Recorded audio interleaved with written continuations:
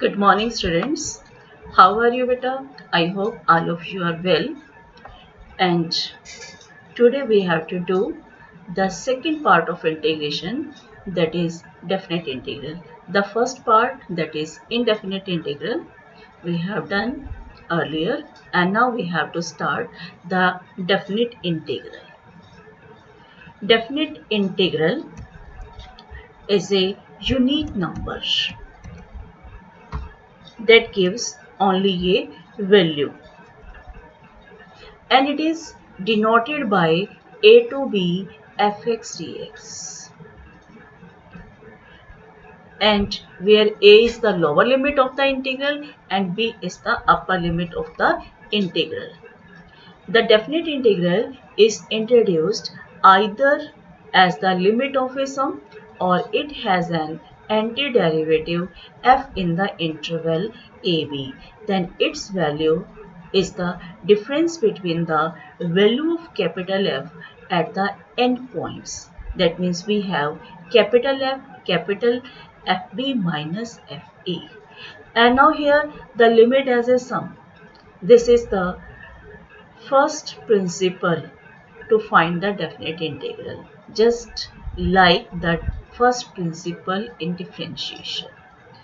And this antiderivative of f, that is the second method to find the definite integral, and this capital F is the antiderivative, that means the integral of the function fx, and fb, that means the value of the function at the upper limit, and minus fa, the value of the function at the lower limit.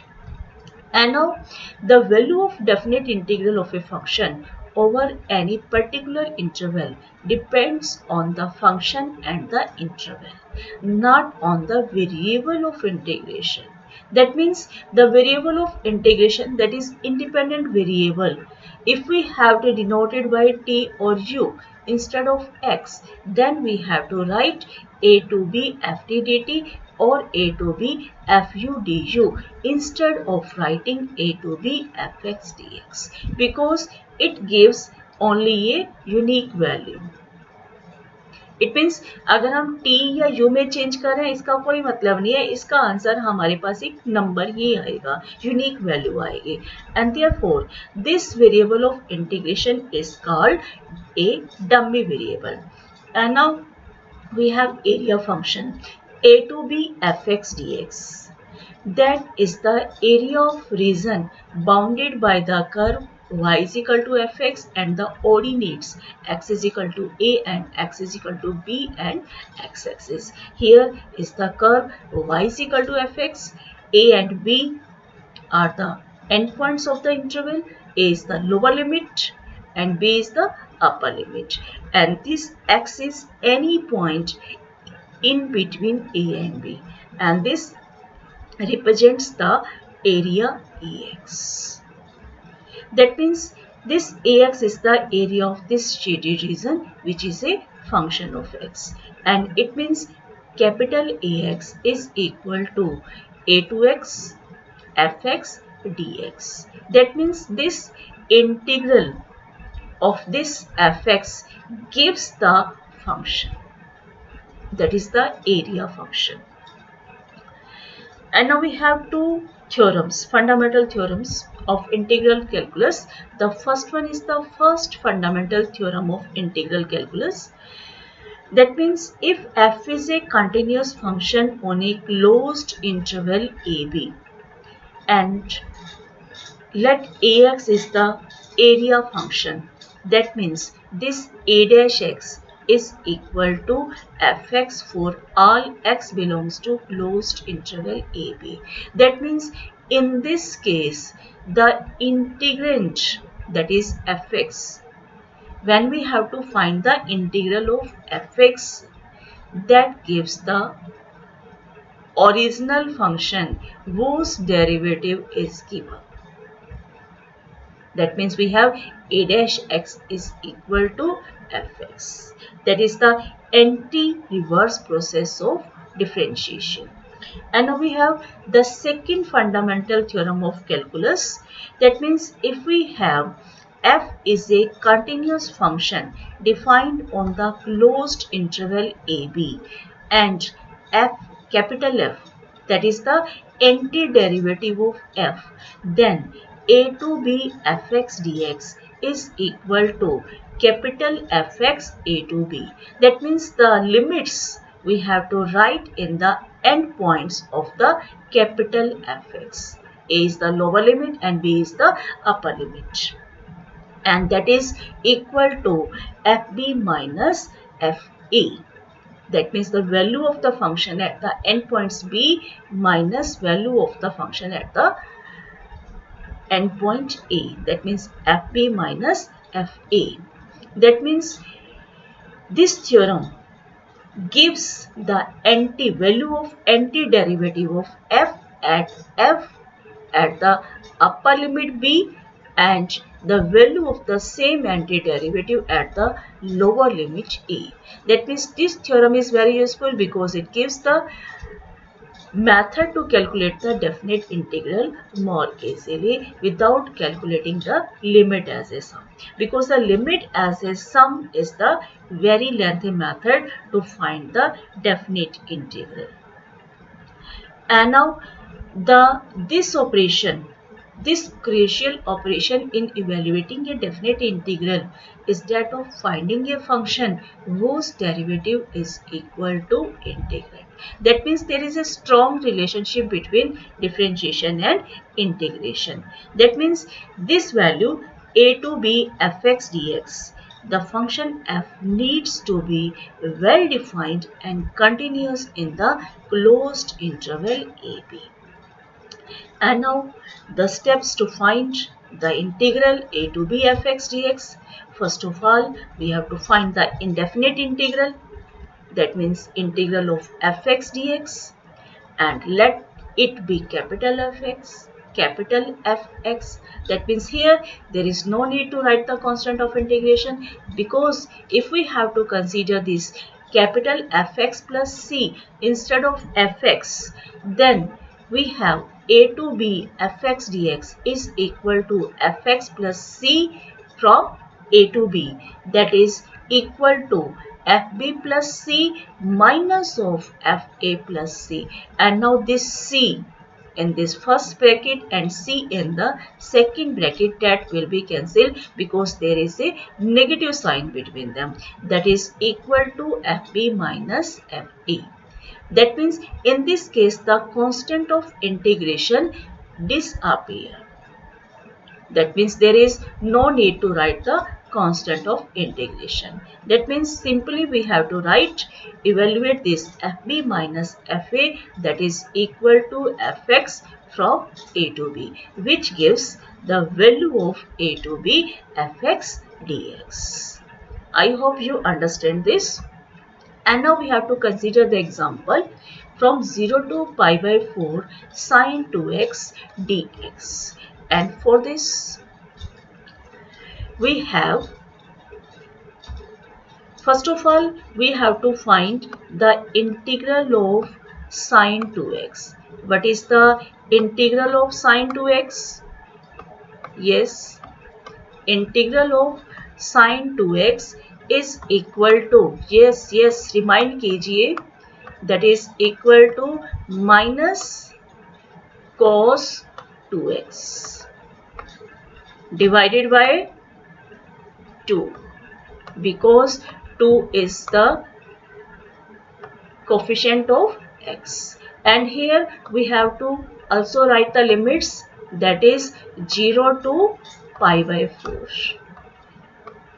First of all, we have to write this statement, and this, now after finding this integral, now this limit shifted into the right hand side. Here we have to write 0, and here we have to write upper limit, that is equal to pi by 4.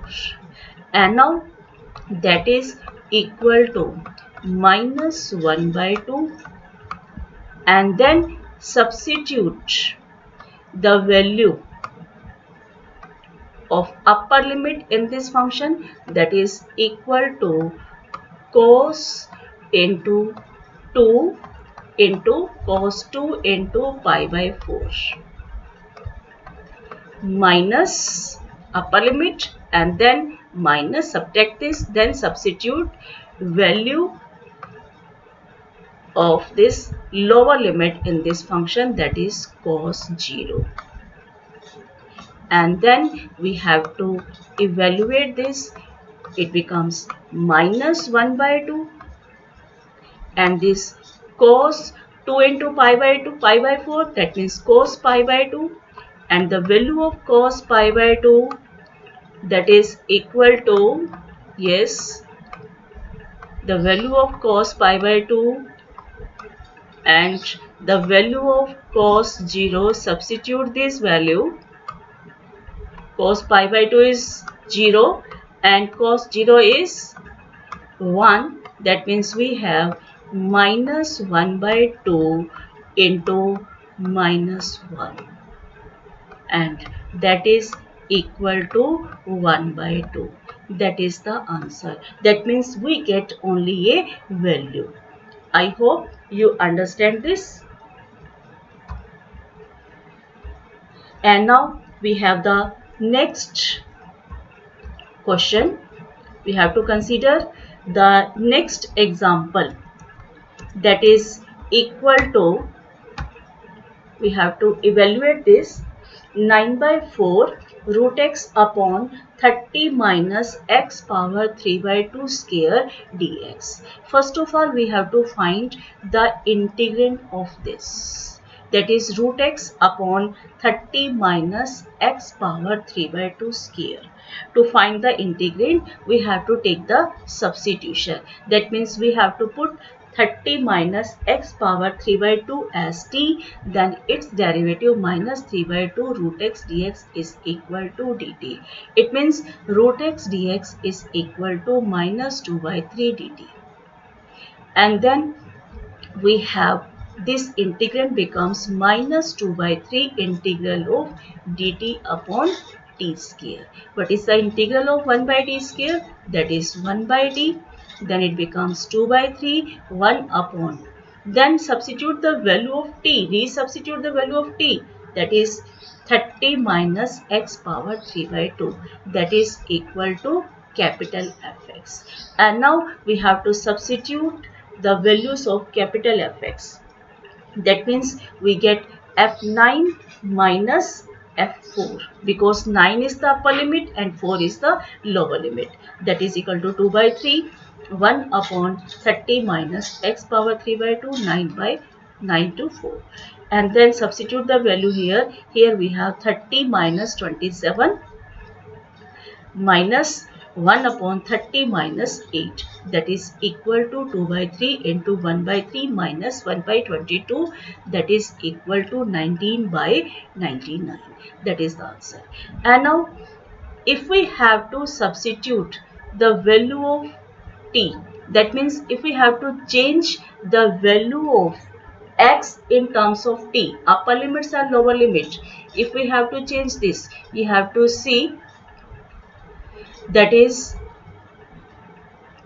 equal to, that means when x is equal to 4, then the value of t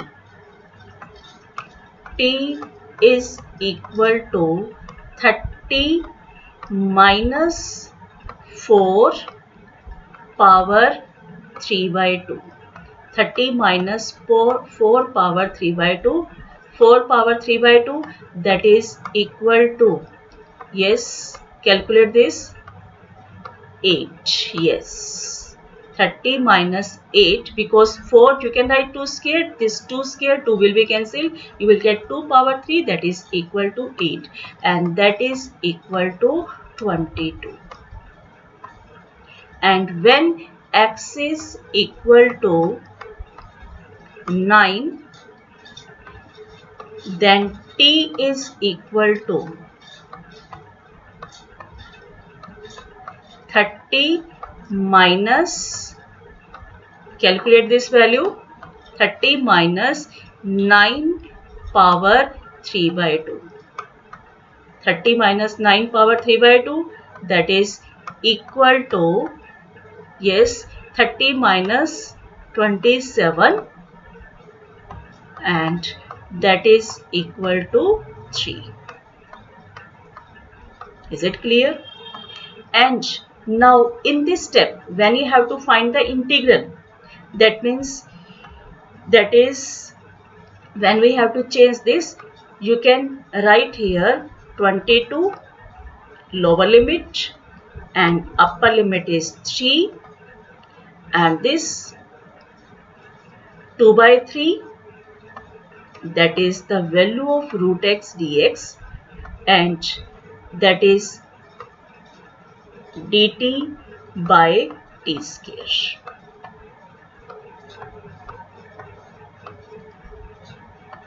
And then finding its integral, you can write this as 2 by 3 integral of 1 by t square, that is 1 by t, and then write the lower limits and upper limits, that is 22 and 3, and directly you can get this step, that means 2 by 3, 1 by 3 minus 1 by 22, that is equal to 19 by 99. Is it clear? यानी कि इसके अंदर आपको resubstitute करने की ज़रूरत नहीं है. आप इसमें अगर आप लिमिट्स ऑफ इंटीग्रेशन को चेंज कर देते हो टी के टर्म्स में, तो डायरेक्ट आप कर सकते हो. ऐसा करने से क्वेश्चन थोड़ा जल्दी हो जाएगा. I hope you understand this. And now we have the next one, that is integration, definite integration by substitution method. In this case, first of all, we have to find the integral without limits and substitute by putting y is equal to fx or y is equal to gy to reduce the given integral into known form, and then integrate the new integrand with respect to no variable without mentioning the constant of integration, जैसे अभी हमने पहले example किया था. And then resubstitute for the new variable and write the answer in terms of original variable, and then find the values of the answer obtained in 3 and at the given limits of integral, and then find the difference of the values at the upper and lower limits. This is the first method. अभी जो हमने last example किया था first method से, और second जो हमने किया था पेन की हेल्प से, उसके अंदर हमने क्या किया था, इस कि जैसे ही हमने यहाँ पर सब्स्टिट्यूट किया था, सब्स्टिट्यूट करने के बाद हमने टी की वैल्यूज फाइंड कर ली थी. ठीक है, फिर हमने उसका इंटीग्रल किया. ये वाला स्टेप हमें नहीं करना पड़ा, रीसब्स्टिट्यूट नहीं करना पड़ा था, और डायरेक्टली हमने उसकी वैल्यूज को सब्स्टिट्यूट कर दिया था. ये थोड़ा सा इस मेथड करने से ये थोड़ा जल्दी हो जाता है. And now you have to see the next example from -1 to 1 5x power 4 root of x5 plus 1 dx. Okay. As you know, this is done by substitution method. And now, first of all, tell me what is the substitution? Yes, remind this. The substitution is x power 5 plus 1, क्योंकि square root के अंदर वाली जो term है वो complicated है. ठीक है, तो उसका डेरिवेटिव यहाँ पर x पावर 5x पावर 4 की बना. तो therefore we have to substitute x power 5 plus 1 is equal to t, then dt is equal to 5x power 4 dx, and therefore it becomes root t dt, that is equal to 2 by 3 t power 3 by 2. ये हम पहले वाले method से कर रहे हैं जिसमें हमें रीसब्स्टिट्यूट करना है. The value of t is x power 5 plus 1 power 3 by 2, and then we have to write this -1 to 1 integral of this is equal to 2 by 3 x power 5 plus 1 power 3 by 2, and lower limit is -1, upper limit is 1, and then we have to substitute these values and then simplify this. You will get 4 root 2 by 3. क्योंकि ये calculation जो है इसमें थोड़ा सी time लग जाता है करने के लिए, अगर हम इसको रीसब्स्टिट्यूट करते हैं तो। Okay, and now you have to see the next one, that is when we have to substitute t is equal to x power 5 plus 1 and dt is equal to 5x for dx, when x is equal to minus 1 t is equal to 0, and when x is equal to 1 then t is equal to 2. That means when x varies from minus 1 to 1 and t varies from 0 to 2, directly we have to substitute this in space of x the limits 0 to 2 and substitution root t dt, integral of root t is t power 3 by 2 and write the limits 0 to 2, then substitute the values of upper limit then lower limit, that is equal to 2 by 3 to root 2, that is equal to 4 root 2 by 3. That answer will be the same. I think second method is easy as compared to the first method. I hope you understand all the terms of definite integral, and now you have to do exercise 7.9 and 7.10. Both are very easy exercise. Thanks and have a nice day.